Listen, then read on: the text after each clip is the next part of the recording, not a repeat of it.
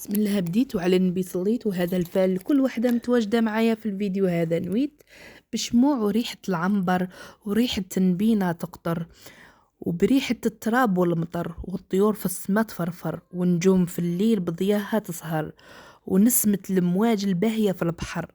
ندعيك يا الله في هذا اليوم الممطر، تغرس في قلوبنا فرحة ولهنا وراحة البال والستر، وتفتح لنا أبواب الخير ووجوهنا من بسمة تنور. ندعيك يا الله جازي كل قلب صبر، وشفي كل مريض تعود له صحته وينجبر، ولكل واحد خاطره يتهنى والخير عليه يقطر.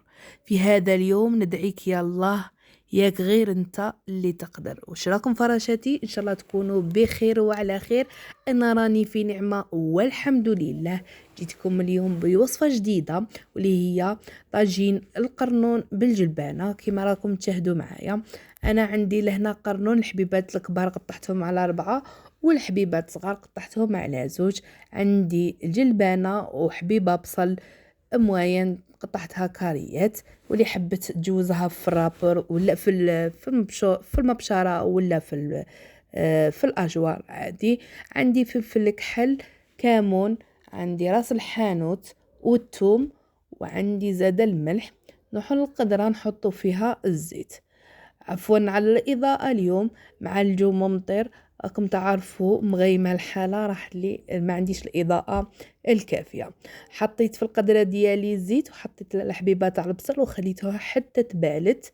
الحبيبة ديالنا تاع البصل زدت لها لي زيبيس طبيعة الحال والثوم، وخلطهم مليح كما راكم تشاهدوا معايا.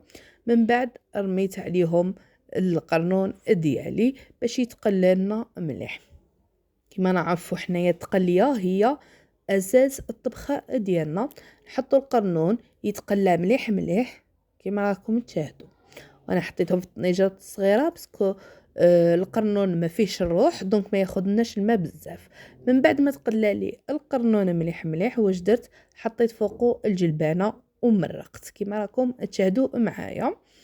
يعني هي وصفه سهله وخفيفه وبنينه في نفس الوقت، خفيفة ظريفة، في نص ساعة تكون وجدت لك ما شاء الله. مع اللي الجلبانة والقرنون تمتم يطيبوا ما فيهمش الروح، دونك تمتم توجد لك الوصفة ديالك. وهنايا نحط الملح ديالي كما تقدري تحطيه في مع لي زيبيس في اول الوصفة ديالنا. وهنايا من بعد ما خلينا مرقنا القدرة ديالنا، خليناها تطيب في راحتها على نار هادية عفوا، وتجينا ما شاء الله كما راكم تشاهدوا معايا. جانا طبق ما شاء الله، وتقدري مثلا تحطيه في رمضان او خارج ايام رمضان، يجي طبق موسمي بالقرنون والجبنه ما شاء الله. يعني مام كي يجيك ضياف هكذا ما تقدريش تحشمي وتحطيه البنات تاعو ولا اروع. مع السلامه، نتلاقاو في فيديو اخر باذن الله.